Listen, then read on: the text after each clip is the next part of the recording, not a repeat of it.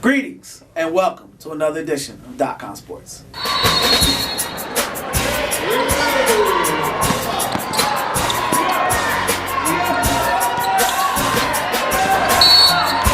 Welcome everybody to another edition of ComSports. As always, I'm your host Kwame Fisher-Jones, and joining me today on this panel of unscripted, unparalleled, and unapologetic sports diatribe is Daniel Trowick, co-host of Sports Trap Radio and Blog Talk Radio and SportsTownBlog.com.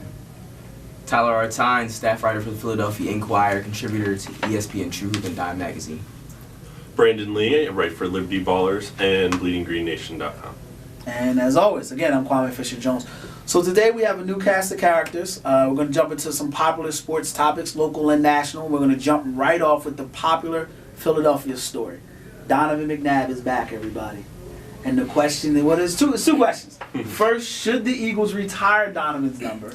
And the big question is he a Hall of Fame player? I'm going to start with Mr. Where's the Monitor? Tyler. I mean, I said it to Brandon right before everything started. This is kind of one of those situations where I'm not really, if it happens, that's fine. It happens. I'm at an Eagles game. His number's in the stands. It's fine. It's cool. But at the other end of it, it's not something as if I'm waiting forever for Donovan McNabb's number to finally get retired. Do you think he deserves to have his number retired? I don't see any reason why not. It's 13 seasons in the Eagles jersey. He took us to a Super Bowl in this decade. I don't have a problem with Donovan McNabb having his Eagles number retired. Do you think he's a first ballot Hall of Famer? I don't think he's a first ballot Hall of Famer. Donovan McNabb in 13 seasons has gotten to one Super Bowl. He's won one NFC title. He's won a bunch of division titles, but at the same time, he's only thrown for 37,000 yards. You look at a guy who's been in the league almost as long, but has a little bit more skill. You look at Tom Brady, in about 14 years, he's thrown 48,000 yards. So, and won a few Super Bowls and had a few MVPs. Now, McNabb is a few-time Pro Bowler, and that's great. I mean, he does have that skill. But to be a first ballot Hall of Famer, I'd like to see at least one Super Bowl ring. So you're saying that so basically the criteria for you was Super Bowl ring to make you a first ballot Hall of Famer? I'd like at least one. At least one. So that's where you cut it off. So Trent Dilfer, first ballot Hall of Famer. You knew that's where I was going. Trent Dilfer is the first ballot Hall of Famer.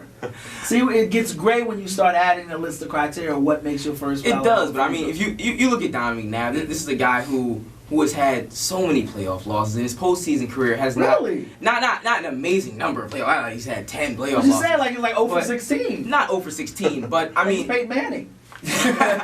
Not over 16, but Donovan McNabb, when you go to the playoffs and there hasn't been as much success as a Philadelphia audience would have liked. You go to one Super Bowl, and there was a controversial play at the end of that Super Bowl where he kind of overthrew Terrell Owens, which will be in the back of my head almost for the rest of my life until we get another quarterback or another situation like that. But it's to the point that you want to see more from a guy who's been there for over a decade. Daniel, chime in there. I agree with him. I mean, I think that, he deserves to get his number retired as an Eagle because numbers-wise, he was the best quarterback Philadelphia has had. And they have an extensive history. Yes. People say that, that doesn't mean anything, but it means a lot because they were one of the first NFL teams. So to say he was the best, it means something. Go ahead. Yeah, it means a lot. But as far as Hall of Fame, no, he's definitely not a first ballot Hall of Fame. Wow, interesting. Yes, and me and Brandon talked about this on the show. It's basically this. He has to the national media, he's God. Everybody worships McNabb. And I don't think so. But well, as opposed to Philadelphia, because we got bashed for a long time as far as hating on McNabb and everything. Well, we should. Yeah, but I mean, you look at what he's done. Like he said, he went to 5 NFC Championship games. Won, was favored in how many? Okay. If he would have won the ones that he was favored in, he would have been favored in a couple Super Bowls as well. Don't have one ring. Okay, the numbers are what they are, but he let the media dictate what he did too much. When the whole black quarterback thing came up and he decided that, no, I'm going to just pass. I'm going to stay in the pocket. I'm not going to run. He made the team worse when he did that. That's my personal opinion, and he doesn't deserve to be a first ballot Hall of Famer. I'm going to let you, and for full disclosure, this was not the Brandon he was referencing. It was my man, Brandon Yao Ming Pemberton. First ballot Hall of Fame. So we all agree that he should have his number retired. Yes, absolutely. So wait, no. Oh, you don't? Okay. No. I just assumed there. Now, if they retire his number, I don't mind. I'm not going to complain about that. I think he's one of the best, obviously, quarterbacks in franchise history, one of the best players in franchise history. Does he have to have his number retired? No. Could they? Sure. I wouldn't be mad about it. Interesting. I think they should hold on to his number for a while, like they're kind of doing with Well, they kind of did with Brian Westbrook for a little bit. I don't think they're in the same category, but Oh yeah, definitely. McNabb's definitely better, but they should hold on to his number for a while. Don't give it. You can't give his number to like a punter or something right now. It just wouldn't be right. Okay. Hold on to it for I did it with with Dawkins. Yeah, exactly. Okay. Hold on to it. Maybe down the. Well, then it doesn't make sense. You're either going to do it or you're not going to do it. You have to make a decision. But he's not a first ballot Hall of Famer. Okay. I want to jump on the numbers thing. I think I'm not. It seems like you guys like if they do, they do. If they don't, they don't. Being a long time suffering Eagles fan, and anybody that is an Eagles fan, you're long time suffering. I mean, I'm talking Just Brad my criteria. Gable, you know what I mean? Jim McMahon. I'm a Browns fan, so. You're always an odd fan. Yeah, I know. He likes the Rockets. We'll get into that later. Brad Gable, you've never heard of him. He was Ty Detmer. I'll do Bobby Hoying. We've had some Coy Detmer, my second horrendous. favorite quarterback ever. We've had some horrendous quarterback. To think what the organization was before he arrived. To think what they were while he was there. You talked about playoff losses. When I tell you we were lucky if they made it to the playoffs, I'm talking about last game of the season, Washington Redskins, Calvin Williams catching a touchdown in order to be a wild card just to lose the next week. When Donovan was here, you're talking first round bye. Those things matter. The Eagles were nothing, and I'm not being facetious here. They were nothing before Donovan arrived. Perennial Super Bowl contender when he's there. Did he come up short? Completely agree. But he came up short at the big dance. But he got us to the big dance. So I think with the Eagles, his number should be retired immediately. I think it should be taken away immediately. I don't think it should be even offered to anybody else. I think that what Brian Dawkins did on defense was similar to what McNabb did on offense. Now, to go back to your point about the black quarterback situation, that's where it gets great for me because I agree that Donovan should have taken an opportunity to run a little bit more, but I think that some of that has to play with coaching. And you can't win an argument with if, so I don't want to say, well, if he had done this, if he would have done that. But what I will say is this.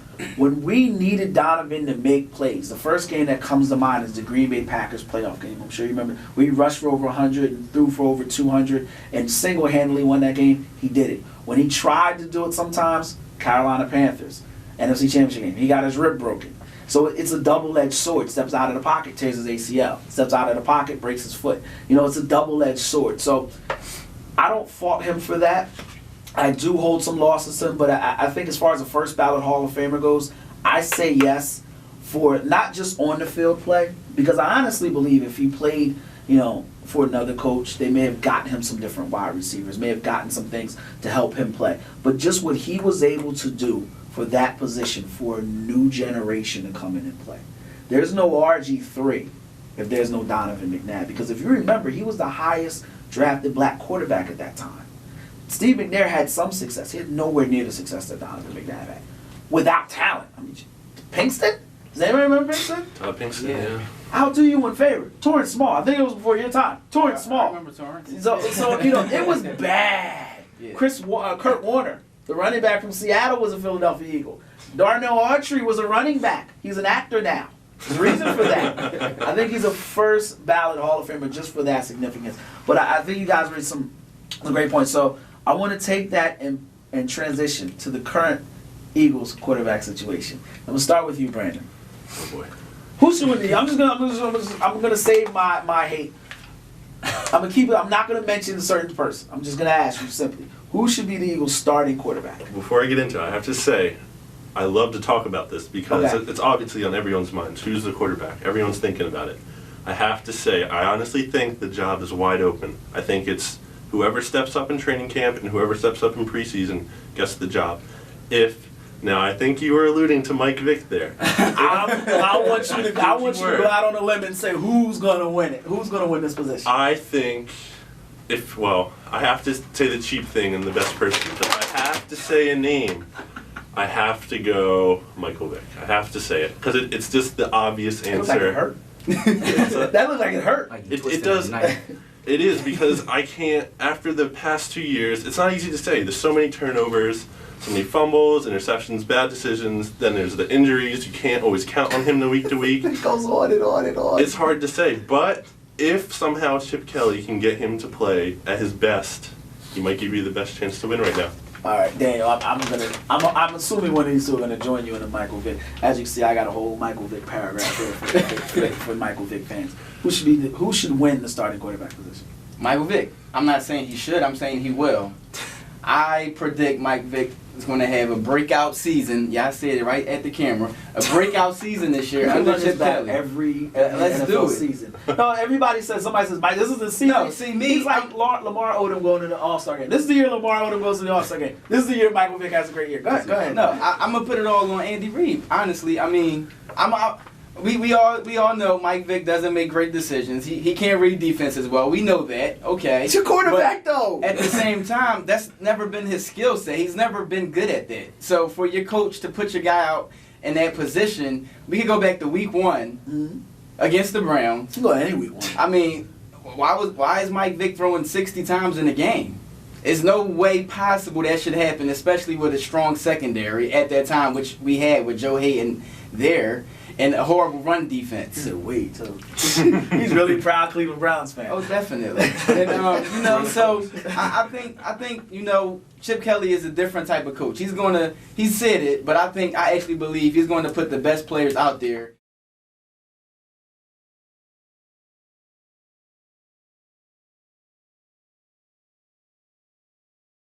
Welcome back to .comSports. Now, before we went to break, I was being infiltrated with nonsensical logic about Michael Vick.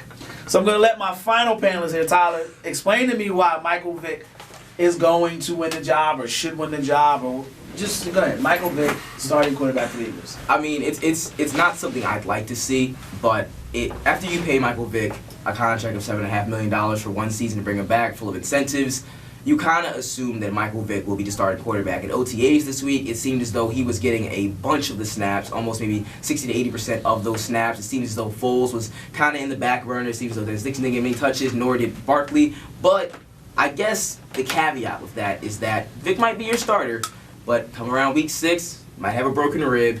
Matt Might have a broken rib, might have a broken toe, might have a concussion. Hold on, I want to share. You mentioned broken ribs. So this is a guy with a history of rib problems, right?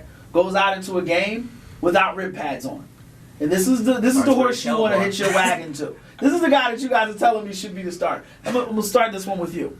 His last 64 games, the equivalent of 4 seasons. These are some numbers for Michael Vick. 52 fumbles, not that bad, right? So some people say not that bad. 57.6 completion percentage, 86 touchdowns, 55 interceptions. So for every touchdown he's throwing an interception. Team's records, 32 and 32. The problems we saw this year, exactly. And so what's the point? The problems we saw this year were the problems that were there in Atlanta, were the problems that were there going back to Virginia Tech. Let me say this to all the glue sniffers. I do not personally dislike Michael Vick. I actually respect the man immensely. But as far as a business decision, he should be nowhere near the Eagles sideline. He's incapable of reading a defense. I'm going to say he's incapable of reading a defense. And, it's not the scheme. Unless they're going to run a wishbone. Who was the coach for the Cowboys when they won the Super Bowl? The funny talking guy. Barry Switzer comes out of retirement, walks through that door. Michael Vick should not be your starter. Now, you mentioned that he'll be the best player on there.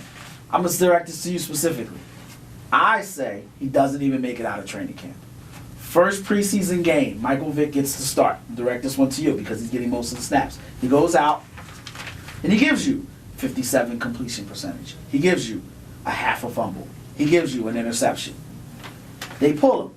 Dennis Dixon comes in against the scrubs and the moppers and whatever, lights it up. Preseason game 2. Michael Vick does, let's see, gives you a touchdown, gives you an interception and a fumble, 57 completion percentage. Dennis Dixon comes in with the second team, sets the world on fire. By week 3 of the preseason, Michael Vick does what Michael Vick does. The excuses will stop, and Michael Vick will be either with you at Walmart or with you at the unemployment line. Talking about, I used to be nice, I'm Michael Vick. I think at this point, it's over with him. And I'm going to go ahead and give the floor is yours now. But I just want you to just focus on the fact that I just said he's not even going to make it out of training camp. I can focus on that, and honestly, I think you're crazy. I'm gonna just put it out there. I would just Okay. go there. You're crazy. And for you to sit there and say that Dennis Dixon will be the starting quarterback, Dennis Dixon is second team. yeah, even second team, he. That's No, bull. I If he- said first preseason game he'll come in with the moppers and the guys that you Yeah. know. So that's what fourth quarter, fifth quarter. It's like that. I mean, first preseason game, yeah, fourth quarter, mostly what he'll be playing against third stringers on other teams. And how many times have we seen third string quarterbacks look good in the preseason and go on to be trash in their career? Trent Edwards. I could look Sure. good against third stringers and Yeah. have a I career. doubt that, but I get the point of what you're saying. But this isn't your average. Quarterback in the sense of what I mean by you mentioned Trent Edwards. Trent Edwards has some game time experience, but Dennis Dixon is a guy that not only has a history with Chip Kelly, but he also has a history of being successful in the league, which Trent Edwards did not. And go ahead, What history was that? Pittsburgh Steelers, Baltimore Ravens game Monday night. One game? Is No, that, I'm is using, that what I'm you're going using- to? No, I'm using that as an example. I'm using that The as one an game he example. played for the Steelers. He played more than that. what, 2-3 games with the Steelers, and Something he like was that. Ben Roethlisberger and Joe Flacco's backup since he's been in the NFL, Mhm. right? Not even, and not Joe Flacco's backup practice squad. Actually, Yeah, exactly. Like Brandon said, he's not even. Are you the trying backup. to tell me that the offense that fired the offensive coordinator in the middle of the season is offense you want to hang your hat on? Well, heck no. Okay, I mean, so- Joe Flacco's overrated. I don't even want to talk about that guy. Go. Finish your point. Finish your Overrated point. with Trent Dilfer. And yeah, Vic will win the starting job, and he will be the better Let me quarterback ask you this: this what are year. you basing that on? Seriously, what are you Fantasy basing that on? football. He's going to be my number one. No, honestly, I'm going back to. Yeah, see, this is the big supporters. This is the big supporters that I have to deal with. No, honestly, I'm going back to the year that he was successful in Philadelphia, and I just think the whole play calling. Yeah, he was successful in I Philadelphia. know. Okay, It I'm gonna hurts go me back that to you that. go back to that year. I just think the play calling then was a little different. Andy Reid tried a little bit too much. I honestly think he should have sat out last season with his whole son situation, and I think that had some impact on him last season. Honestly, that's my personal opinion. I think it had some kind of impact on him. But Hold on, Tyler. Go ahead, finish your point. But I'll come to you. But for I just think he just tried to do too much with Vic that he should not have done, and that was evident from game one. And it just went on until he got hurt, until he came back and then got hurt again. Let me go to Tyler, and I'll come back to To you. jump on the back of what he's saying, knowing the Reed family, I'd have to almost agree because it seems as though that really hurt his season. I mean, it seemed as though he was he was coaching with a Burton. It seemed as though it hurt his season. At the same time, looking at the new offense, let's say Chip Kelly he'll run the spread offense. Let's say he implements some type of read option with this offense. I don't have a problem with Vic in a read option offense. But what makes you think that's what he's going to do? I mean, it's a lot of people are speculating on what type of offense he's going to run. There's no set format. I know they had OTAs and there were some different things that were coming in, but not to sound cliche, but the game plan changes when people get hit and the bullets start flying. Absolutely. So let me get Brandon to chime in there. I just think that this speculation assumption that they're going to run a spread offense is a bit much. No one really knows what they're going to run just yet. It's the same thing with the defense. Everyone wants to talk about how they're going to run a 4-3 under or a 3-4. We don't actually know. We're not going to know until we see it. And then, of course, that's not fun as media to say, let's wait, and we have to speculate. So, but right, with offense, we don't know. They were doing read option apparently in OTAs. They were. But that doesn't mean they're going to do it in the season. They have to practice that because they have to have the option there. And even if they do, it should. I would assume it would be very limited since the league is now starting to adjust to read option after guys like Kaepernick and Cam and a lot of dual threat quarterbacks that will no longer be successful this year. Cam threw 400 yards, 3 or 4 games, I believe, right? He did. Did RG3 have any 400-yard games too last year? I should say his last Did he year. have one? Didn't he have one against the Yeah, Eagles? he had killed the Eagles that one I game. think he had one. I think he had one. If anything, Boop he had one. 400 yards against So against Kirk I mean, Coleman so back the then. As far as RG3, the yards wasn't as important to me as his efficiency. He was efficient. He was very He ran a efficient. Yeah, I was gonna say that. That's why I asked. The reason why I asked is because RG3 ran a one read offense. He had one read. It was he had the X receiver. That was it. If he wasn't there, do what you do. That was RG3's offense. Now this year, obviously Mike Shanahan's going to change that up a little bit. My question about implementing that style of play with Michael Vick, and it's not so much the numbers, it's his decision making. Whether it's not wearing rib pads when you have bad ribs, or constantly fumbling the ball, and then we hear they're working with me on how to hold the ball. You know what I mean? It's just like, it seems to me it's a pattern that doesn't go away, until eventually you take him out of the equation. Am I missing something here? Why should he be the de facto leader of the offense? Like, why should we assume that he's going to be the starting quarterback? Because we know his name?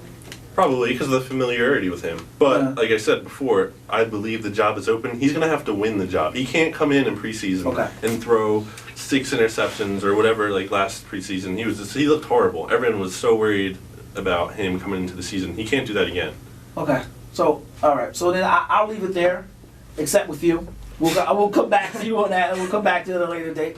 Because you said he was going to have a breakout year, and it's like your heart it's like you want to pull for him to have a breakout year. You do. You honestly do. It's like you want him to have an average year. You want him to. I mean, your numbers that you basically said were average, and a lot They're of not teams even would average. A lot They're of teams would kill for an 8-8 season. 8-8. In the NFC, Okay. they could possibly sneak you into the playoffs. Okay. This is over 60. This is over 4 seasons. If Donovan McNabb had 4 seasons, I'm going to cut it after. Donovan McNabb had 4 seasons of 8-8. You'd be the first dude trying to run him out of town. No, I wouldn't. That's because you're a Cleveland Browns fan. But he did have. We're gonna take a break. We're gonna take a break there. When we come back, we're gonna talk NBA, and we're gonna start out with Kevin Durant. Has the world, excluding me, overvalued Kevin Durant? .comSports.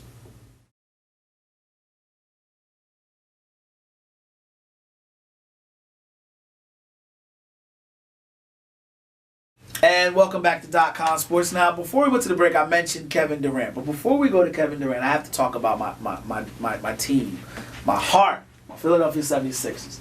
They went with General Manager Sam Hinkie from Houston Rockets. Now, somebody in here in this room is a Houston Rockets fan who shall remain nameless. What were your impressions of Sam Hinkie, and what did you think about the hire? I love the hire. Honestly, that is the kind of guy they needed to hire. I mean, some people might not like to hear that, but I love the analytical approach. It's not just about stats. It's about watching players. He does watch players. Okay. It's about finding ways to evaluate players more than just traditional stats or traditional tape. And in a league where the Sixers are, I would say, behind the 8 ball, they need to find an advantage, to jump out, to find a way to contend. Because the way they've been doing it obviously hasn't been working. Because they haven't been in contention for a long time. I think they use basketball analytics basically to decipher inflated numbers. That's the only time I think they really use it in the play. Hinkie has a strong scouting background. Yeah. That's what impressed me about it. I mentioned on the show a few weeks back that they needed him or someone loved that elk, because you need someone that's not to plug another station here, but or to plug a hotel. You need someone that slept in a Motel 6 and is going to a fifth world country to watch a guy play basketball in sandals. Because you needed someone who knew talent. I heard a person on a local radio station talking about, well, he brought in Jeremy Lin. Do the math there. You look at their attendance after they brought in Jeremy Lin. That was a business decision as well as a basketball decision. You needed a point guard, a quality point guard. Jeremy Lin's a quality point guard. But you needed to replace a demographic that you lost when Yao Ming retired. Your man retired. So, I liked Hinkie as a hire. What about you? I like the hire as well. I mean, looking at his track record and what he's able to do in the analytical part, I think going to play into effect. But looking at the ownership, like we talked the other day, the ownership, I think the ownership and Hinkie together, they'll put their money where their mouth is. Like your boy Jerry Jones, last season he proved that he wants to win. So he went out, traded Iguodala, who everybody wanted to get rid of forever anyway, and got Andrew Bynum. A healthy Andrew Bynum, people figure, would have contended in the Eastern Conference with the team that they built around him. It didn't work out that way, but they he did bring in proved. Kwame Brown after they brought in Andrew Bynum. I think that hurt a little bit, but go ahead. Or wasn't Kwame before? Kwame came Kwame first. came before. Kwame came first? Yeah, I think so. Oh yeah, Kwame did come first. the first You're right, coming. He you're came right, first, right, and right. they were saying that they were going to start him and Halls together. Yeah. When it first happened. That sent me into You're actually right, because that's when I got into a battle with somebody that shall remain nameless, because I don't want to hurt Spike Eskin's feelings. But go ahead.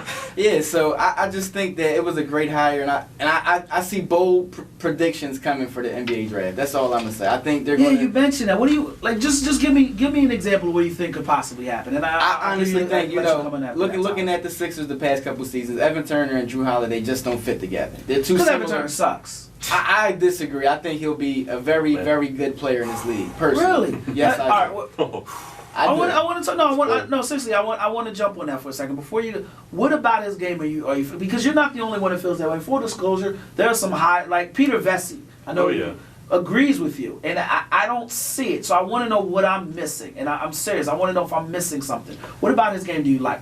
I like his size and his ability to handle the ball. I think a smart coach and a smart system when the team can figure out a way to use that effectively. Okay. And early in the season, he started off shooting well, and he faltered at the end. I think with him, it's all a confidence thing. I think Doug Collins shot his confidence from the gate. Honestly, that's my personal opinion, and I think it's all about confidence. But I think that Hinkie will trade Evan Turner during draft day and figure out some kind of way to move up to try to grab a guy like Noel or Macklemore. What do you think about that, Tyler? First of all, rest in peace to Doug Collins. It's very, very good to see him gone. Looking at Sam Hinkie, I got to be at the presser on Tuesday and actually face-to-face see Sam Hinkie, shake his hand, speak to him, and I'm half and half with him. I love the analytics perspective. I love Sam Hinkie. At the same time, we already have an analytics guy. We've got Barzilay in that front office that we hired last year. We don't have anybody in that front office that should be there. And, I don't mean to interrupt you, but I've followed the Sixers.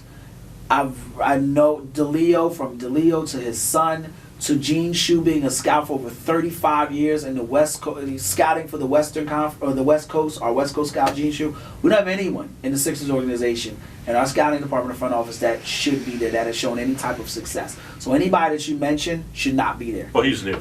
Well, Barzilay is new, and Barzilay's been successful with his numbers and his analytics. Okay. But and anyway, like Barzilay is a good guy. He's good when it comes to analytics. He's good when it comes to putting players where they need to be. I like Hinkie, but I don't like him for the perspective of analytics. I like him for the perspective of this is the same guy who had his hand in bringing in almost 4 first-round draft picks to Houston last year. This is the same guy who helped bring in James Harden. This is the same guy who, at the same time, he wanted Bynum in Houston, but he did call Bynum a failure of a trade at the press conference. So Sam Hinkie, he's the kind of guy that rolls his sleeves up and gets to work. He's in Chicago right now, analyzing players firsthand.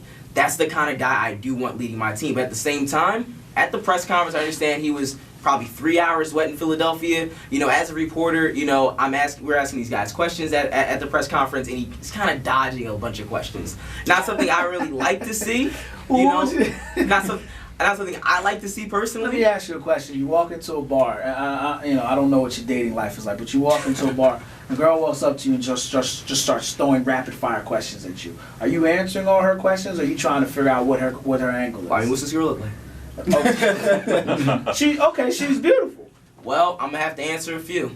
And then you get the crazy girl, because there's a reason why there's a beautiful single girl at a bar. And that's fine, but look at everything. You look at everything, but if you were fresh from having the Houston Rockets get the 8th seed in the playoffs. Okay. They challenged the Thunder. Yes, they challenged, even with Westbrook, they challenged the Thunder.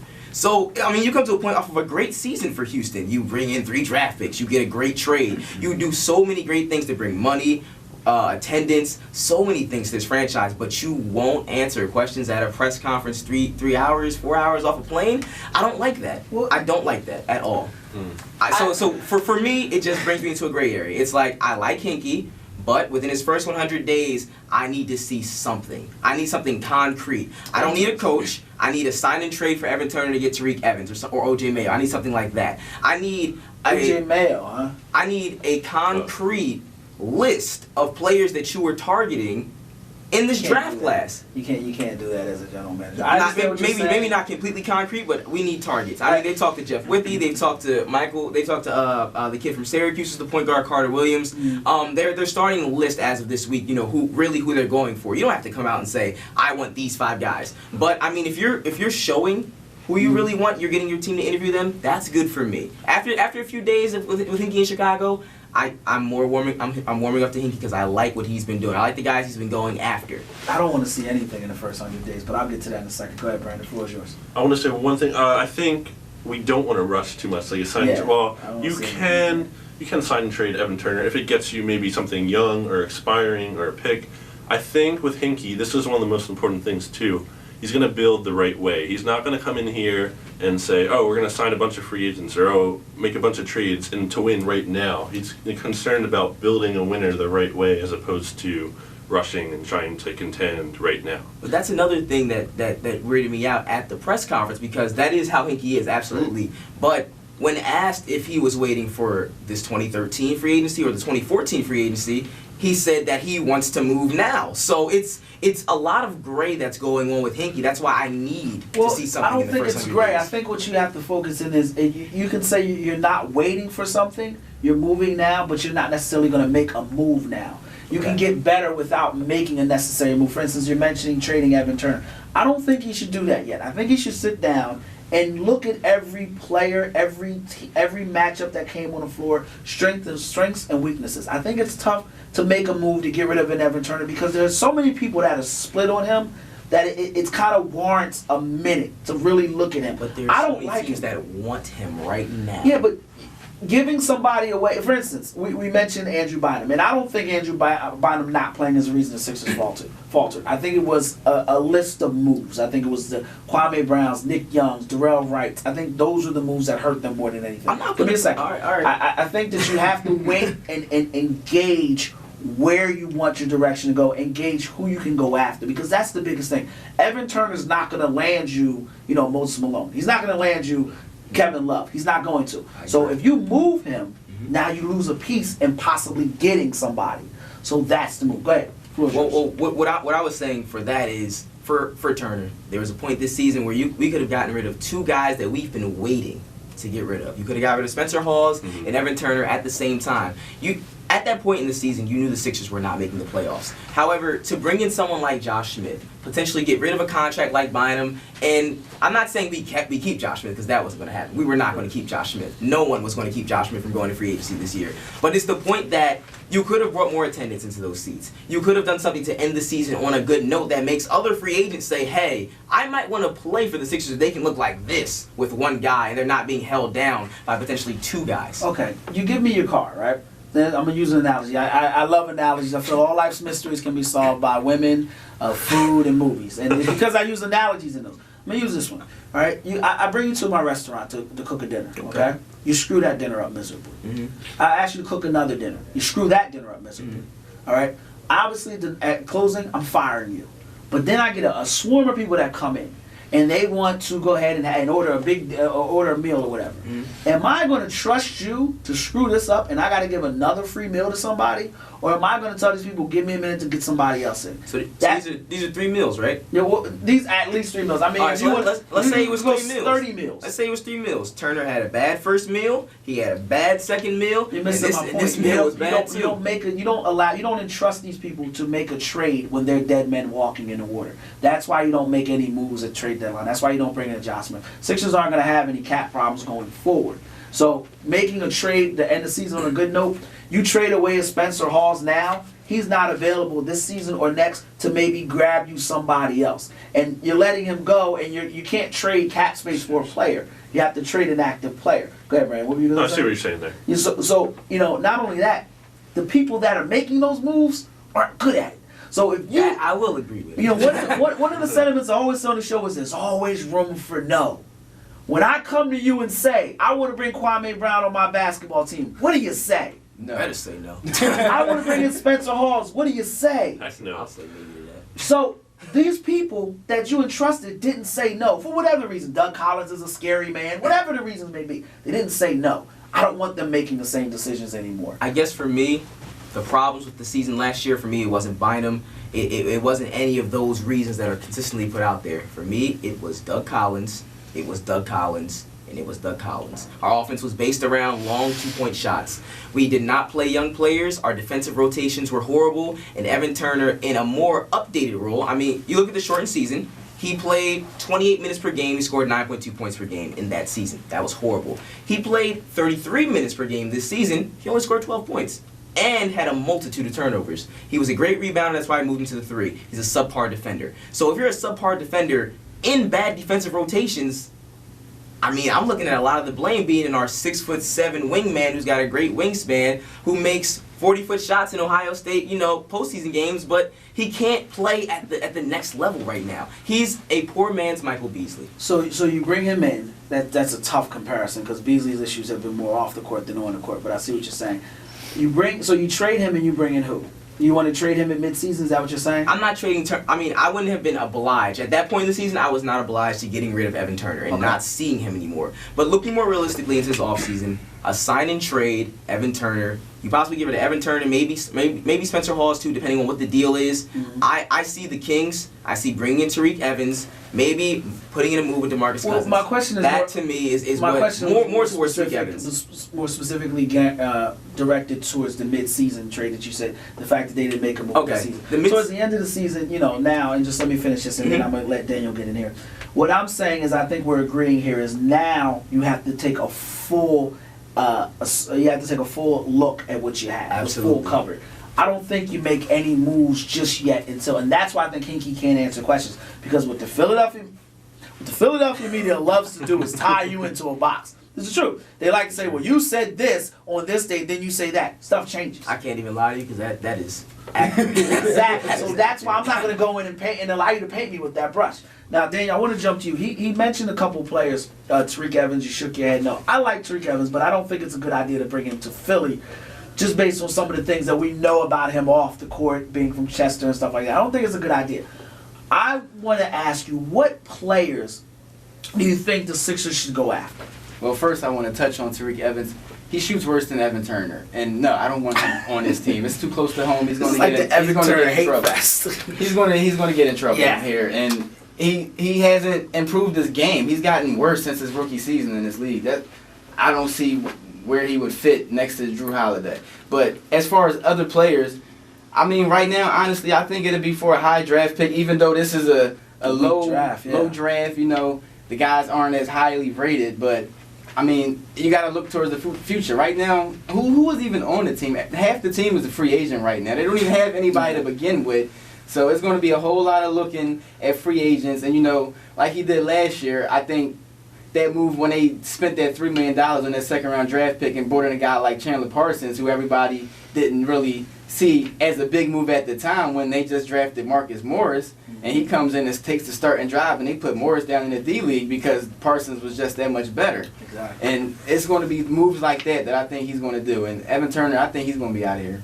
All right, we're going to take a quick break. When we come back, I'm going to push Brandon to give me some names. He's sitting here idle. We're going to push him out in the forefront to give me some names. ComSports.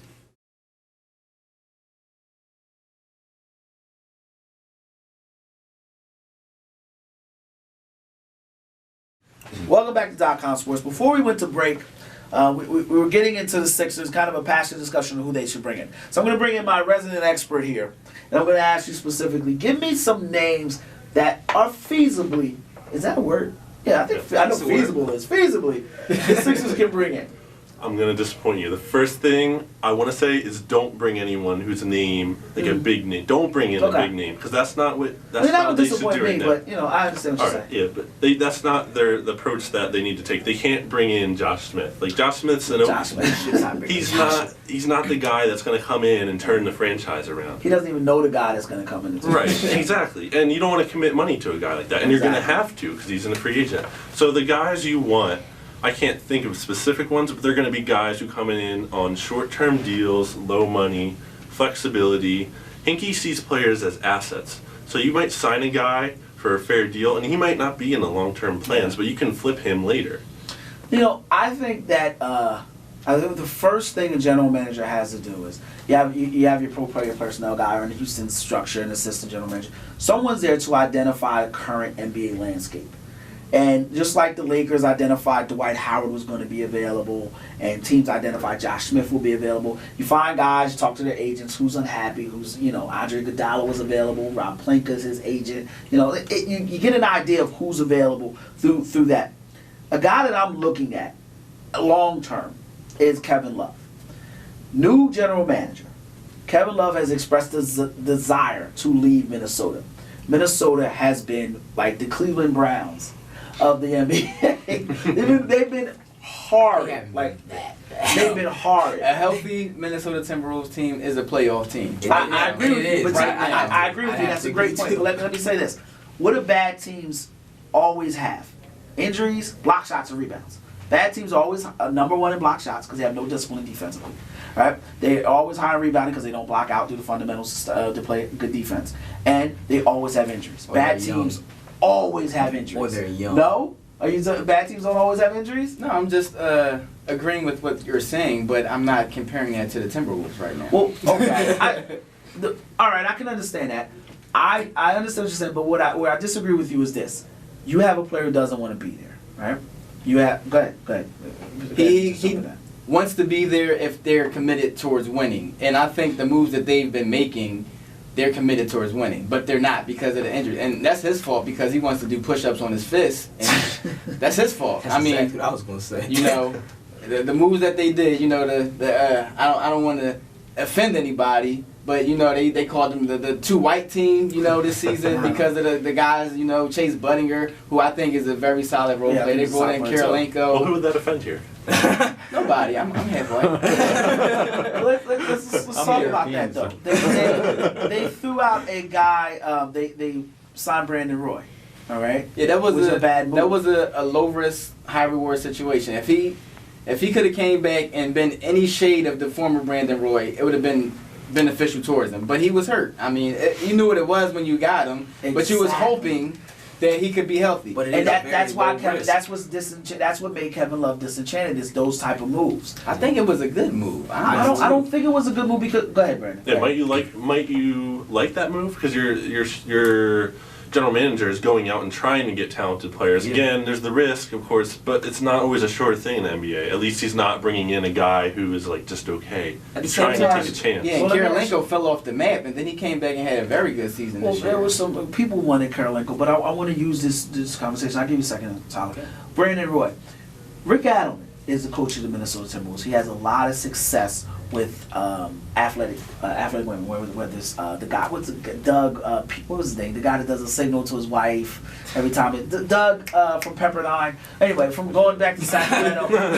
As soon as I leave, I'm gonna Christie. Thank you. Yeah. So you looking at me like I owe you. The last name, You're looking at me like I owe you money, but you know what I'm talking about. So whether it's Doug Christie, but you got Clyde Drexler, because why not take a shot, a low ball shot, 1-year deal on an OJ Mayo? Instead of taking a flyer on an injury-prone guy, who, for all intents and purposes, was done. I mean, everybody figured Brandon Roy was going to retire. Why not retire him again? But coming in, he knew he was done. That was the moves that got Khan fired. And that's what made your star disenchanted, was those type of moves. You have an OJ Mayo. You have a coach who has a history of turning around not just athletic guards. They brought in Chase Budinger, who's the athletic guy. Okay, but Chase Budinger out of Arizona, right? Yes. More small forward than shooting guard? Yes. Would you agree with that? OJ Mayo's a shooting guard. Yes. Am I right? Yes. OJ Mayo's a shooting guard. I mean, in Houston, Budinger played a lot of It went to the dunk contest. Yeah. So then it would make better. So then you would have better with a Ricky Rubio, OJ Mayo, Chase Budinger, and a Kevin Love. Now you have an athletic 1, 2, and 3 who are interchangeable, rather than bringing a guy who's injury prone. The point I'm trying to make here, we're arguing over semantics. The point I'm trying to make here is Kevin Love's disenchanted at this point. Right? Similar to the way Dwight Howard's disenchanted, you want to go back to Carmelo Anthony, similar to and it takes a while for the snowball to start going, but eventually these guys say, you know what, I want out. You're telling me that Minnesota can win, and I believe so. I picked them to actually go to the playoffs the last 2 years, so it's not like I don't like them. But what I'm saying is, if I'm Sam Hinkie's right hand man, I'm identifying stars that may be available not this year but next year, and Kevin Love should be number 1 on that list. So my question is, if that's what you're going to do, who do you move this year? First 100-day philosophy. Well, if I'm looking to move someone, if I'm looking at this roster, like we said earlier, half this team is gone. I mean, out of the last roster who's been here, it's gonna make me really sad to say this, but I mean, if you're looking at 2 guys to bring back, it might be Damian Wilkins just because of the way he played. I wouldn't be happy about that, but just because of the way he played at the end of the season, give me people you want out, not people you want to come. People I want out. Everyone. Well, people that you. let me be specific. No, you answered that the correct way. Let me be specific. People that you feel are expendable. while you try to get that big name as you try to build your team? Everyone except Drew Holiday and Thaddeus Young, really. I mean, almost everyone except Drew Holiday and Thaddeus Young. And maybe Darrell Wright off the I bench. think people want to say Thad because, you love Thad. He I plays have to say hard.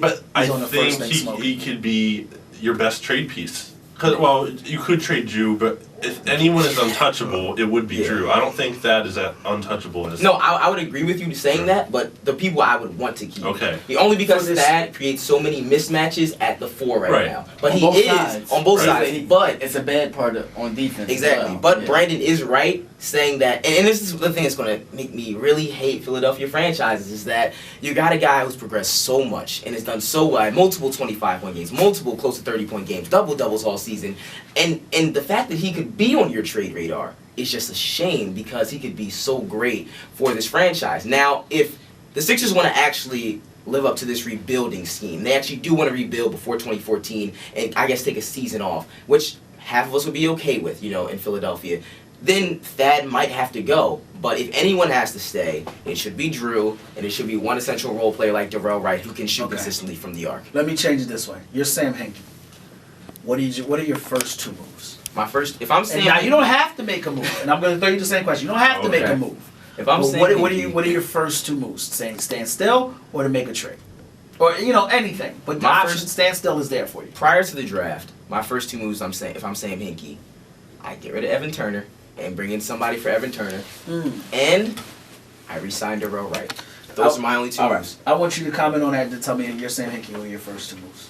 Well, I'll start with my first 2. My first 2 moves, first is find a way to move any players I can, specifically Evan Turner and Spencer Hall. Spencer, don't get me started on him. I would move him, I just can't deal with him. I have to have him gone. I'd have to move Evan before Spencer. Okay. I would move Spencer. Don't talk Yes. to me. Oh, I'd please. move Spencer. Let Brandon finish his And the stuff. second thing is, don't stay at 11 in the draft. Either move down or move up. I don't like the 11th pick. I like either got to move up or you have 2 second rounders that are kind of in the higher end of the second round. I mean, it's the second round, so. Yeah. But still, you might be able to move up maybe like 8. Are the Sixers 7. locked in at 11 already? They Are are they not. locked in? No, the they- lottery. I mean, the Yeah. lottery Yeah. is next Oh, week. that's Well, true. if Well, they land at 12, they don't have a first round pick, right?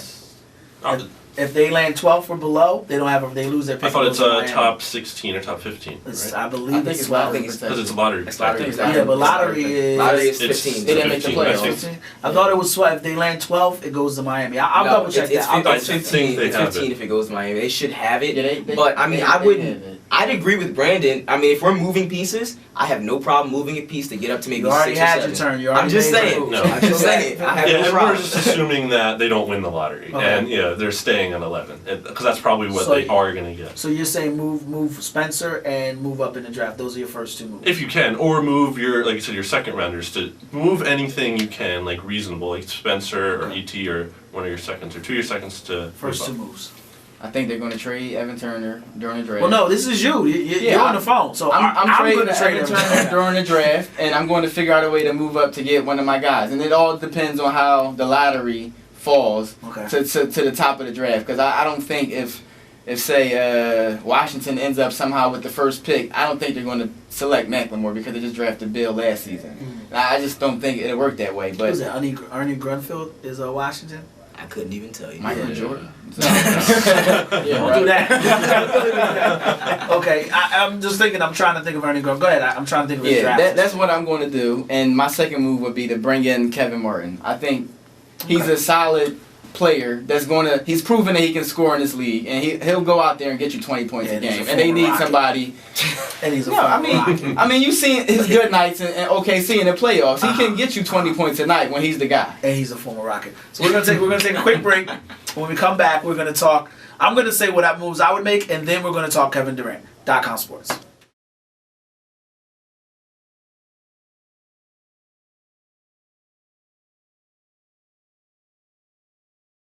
Welcome back to .comSports. Now, before we went to the break, we talked about Sam Hinkie. And now I want to jump subjects here, and I want to talk about the demise of Kevin Durant. You know, last season, Kevin Durant was the second best player in the league. Everybody loved this dude. He could do no wrong. I've always been a stern believer that Kevin Durant is just a scorer. He's a prolific scorer, He's gotten better as a rebounder, but he'll always be an effort defender. He'll never be a guy that can lead a team to a title. And I got killed for that. People told me I was crazy. I never thought he was the second best player in the league. So my question is this.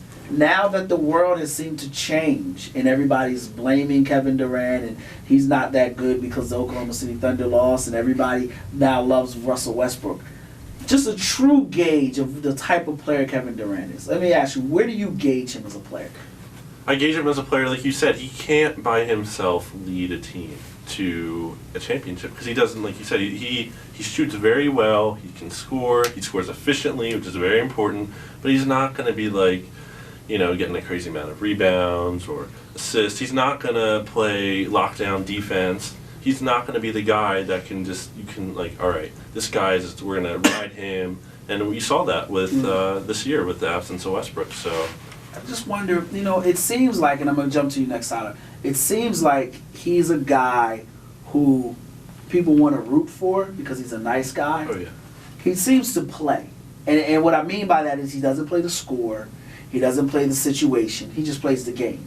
You get the same maximum effort from him in the first quarter that you do in the fourth quarter. People think that say he's clutch, but I don't think he ascends through the course of the game. So Tyler, where do you gauge Kevin Durant as a player? I gauge Kevin Durant as a player as amazing. I mean, for me, the Thunder lacked a point guard.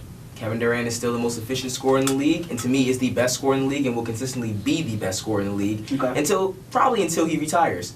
But, I mean, no one can really do it without a good point guard, or at least a solid point guard. And Russell Westbrook was an all-star point guard. So, I mean, Kevin Durant's usage went up in the playoffs by almost 20%. Mm-hmm. That being said, I mean, you become a little bit less efficient when you have to use, you know, you have to play a game that's not your game. You know what I mean? You look at this offense for the Thunder, and they had almost no one. They really didn't have a bench. Reggie Jackson's just starting to progress, and there was too much weight, I'll say, on Durant's shoulders. But I mean, you look at these series, and Durant was still averaging 30 points, 7 assists, and 7 boards, and doing it efficiently. Mm-hmm. Shooting 40% from 3, shooting 50% from the field on jump shots. So I mean, I can't bring all the blame on Durant because he still did his job, and he did it well without Westbrook. Just too many shots. And I think that kind of proves the point, though, is that the numbers didn't change, but the outcome did.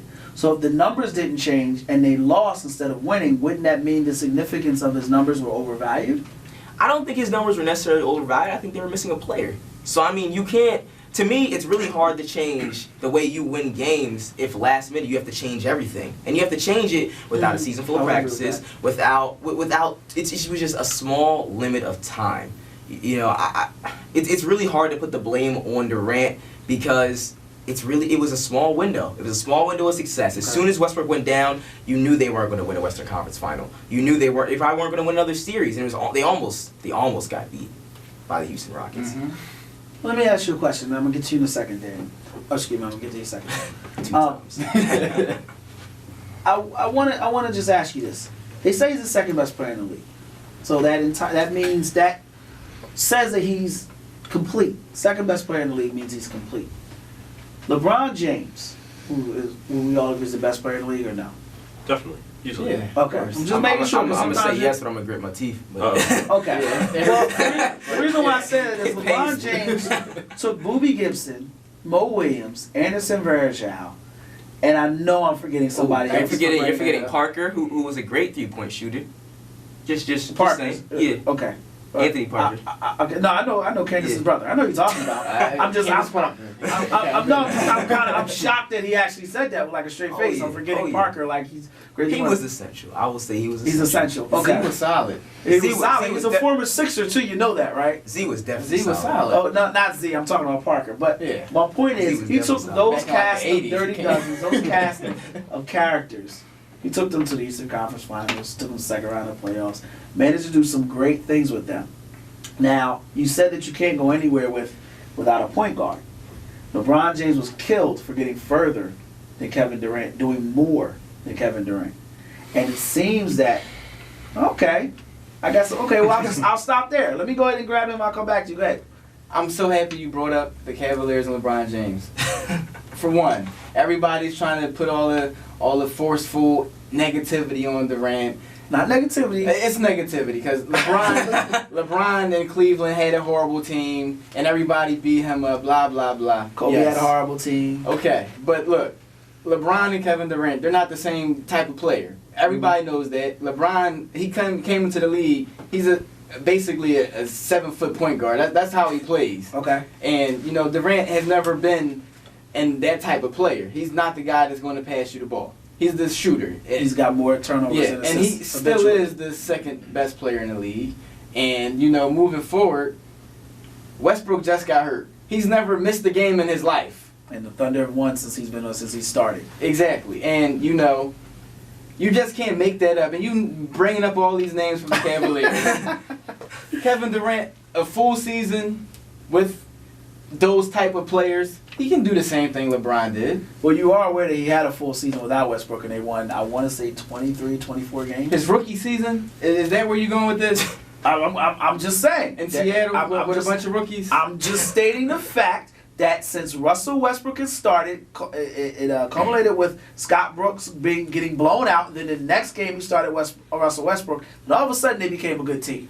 So, Westbrook is a major factor in Durant's he's the game. factor. He's a major factor. He's not the factor. Okay, so all right. So Durant still was scoring before Westbrook got there. And He they still weren't scored after he left. He's still going to score the rest of his career. But they weren't winning. And I'm going to give you guys seconds to chime in, but Daniel's making some great points, and I want to kind of come back to A full year, Reggie Jackson, I think he's similar to Westbrook, but he's not as good. I like Reggie He's Jackson. explosive. He has a lot of upside to his game, and he can be a player that'll jump out in the future like a Russell Westbrook. He's not as good as Westbrook. I'm not saying that. So why but couldn't he Durant has a make great him better? future. Why couldn't Durant make him better? Because he had 14 days.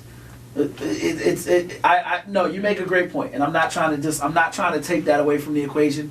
But what I'm saying is, if he's the second best player in the game, you have to take that into consideration when you judge his overall. You're right, and because they're out the playoffs and they lost and they weren't winning without Westbrook, and he wasn't clutch when it mattered in most of those games.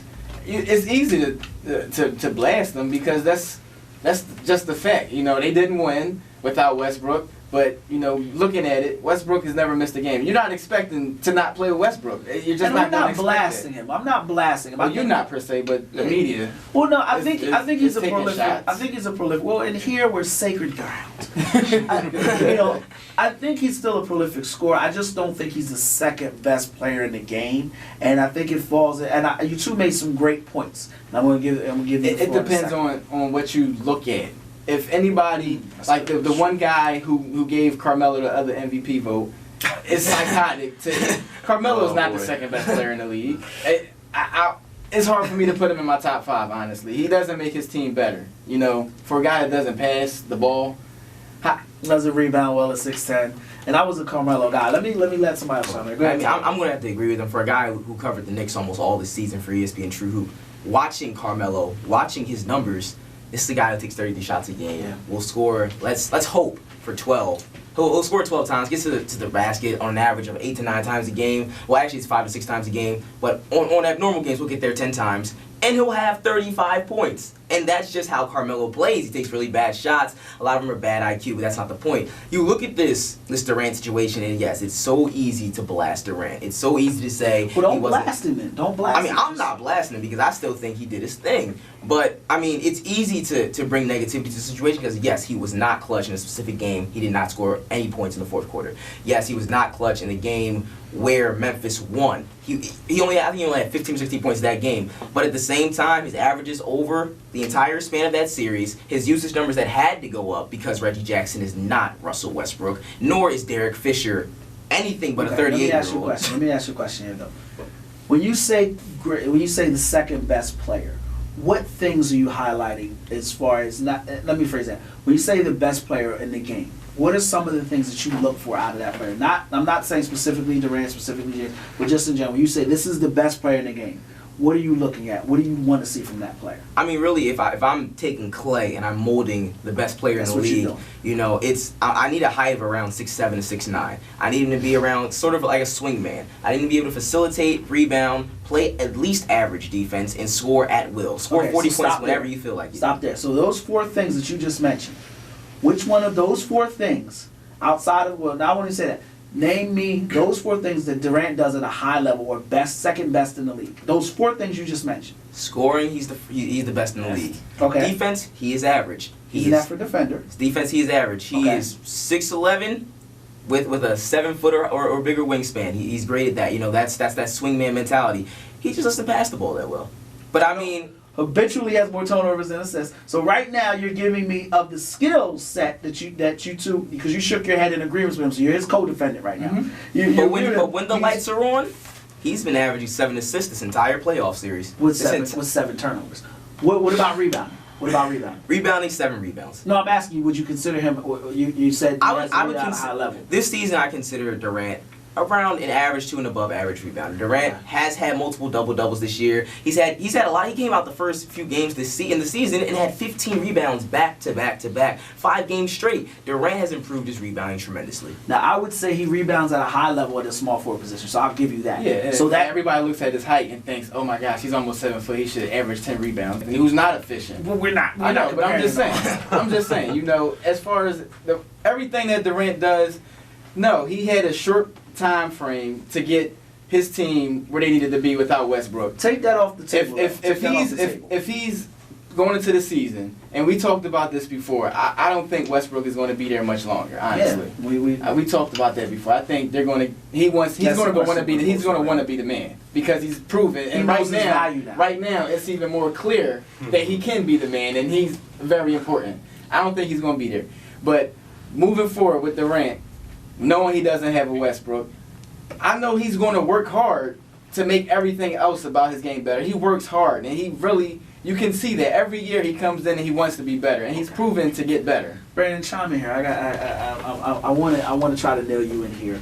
They gave me 4 specific categories that you judge to make a player great, and I think they would agree with me, even though he tried to throw efficiency in there. That goes under scoring.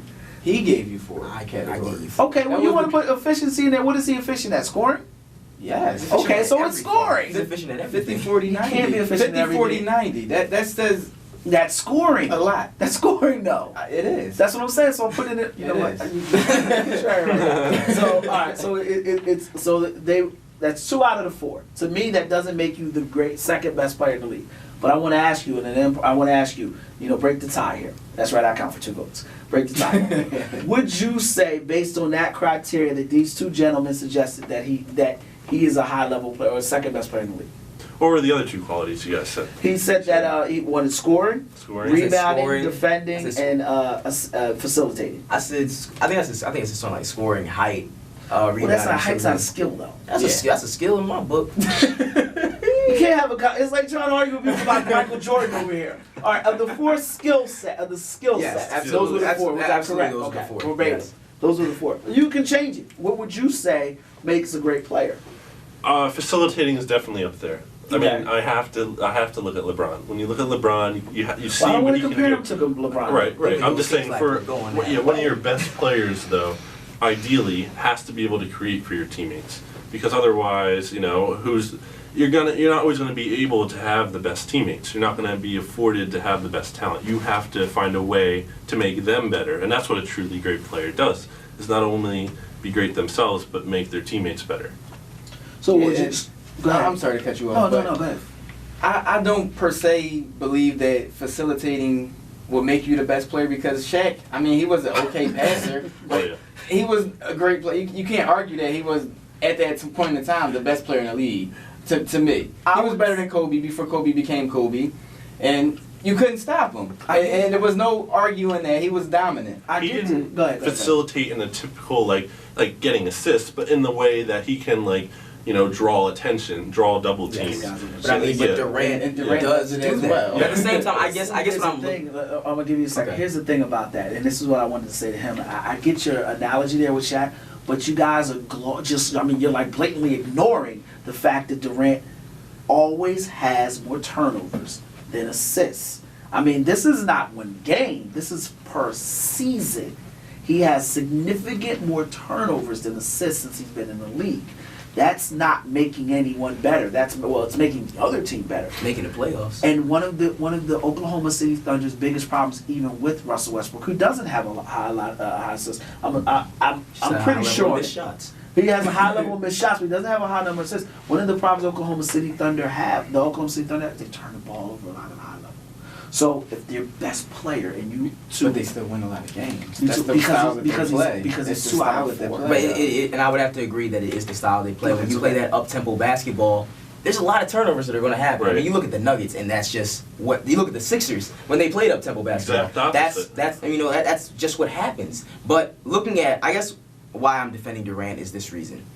If you look at who some people would agree is the best player in the NBA, LeBron James, if you take away one of his central cogs, he still has another one. Mm-hmm. Durant doesn't. Ibaka's not a third guy. He just isn't. Ibaka's not a third guy. And Kendrick Perkins isn't anything of anything. Don't get me started on Kendrick So Perkins. I mean, if you I take, got death threats because I said Kendrick Perkins was a bad trade. if you take Westbrook out of the equation of the Thunder, you don't have anything except Kevin Durant, and that's all. That's just it. I don't want to get into a comparison because I understand what you're saying, but the reason why I want to take away it's not fair to Durant because that's not his game. Yeah. You know what I mean? Yeah. So it's kind of That's the other thing, yeah. I don't want to compare him to That's somebody the other else. thing. He's Look, not I that wanna kind of ask- player. I want to ask you this. Okay. Because you just You so wanna hold down. the paper? I don't want the paper. You're so down with Durant. Who would you I'm not consider? I was gonna ask Who that would you though. consider? Who would you your consider the second second best Okay, best player? I'll answer that question, but let me say this. I'm not down on Durant. Just because I don't think he's the second best player doesn't mean that I'm down on him. I think he's a prolific scorer. I think the problem is people fail to look at basketball and what it's supposed to be. The key to winning basketball is rebounding, defense, and ball movement. Those are things Durant struggled with outside of rebounding. He's become a much better rebounder. And I want to say he's become a much better rebounder. That was one of the biggest criticisms I had of him. But I don't think he moves the ball well. And I really don't think he defends well. Now, to answer your question, when you say who the second best player, to me it's like, who's the girl you didn't take home with you? It doesn't really matter. But you know her name. But no, I don't. But touche.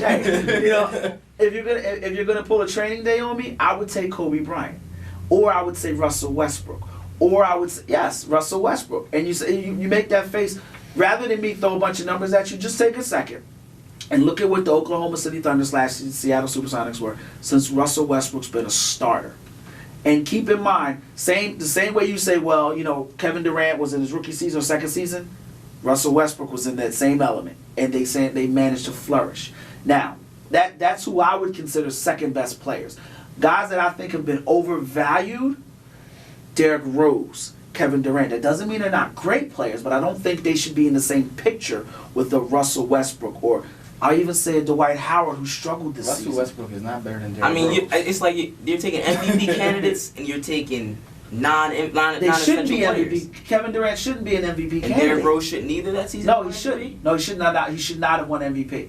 And I'll go. I wrote an article about it. I wish you guys were. I wrote an article about that where I illustrated. And I don't want to throw a bunch of numbers. I need to. The reason why is this. The only statistic where Derrick Rose was better than LeBron James was assists. It was 0.6.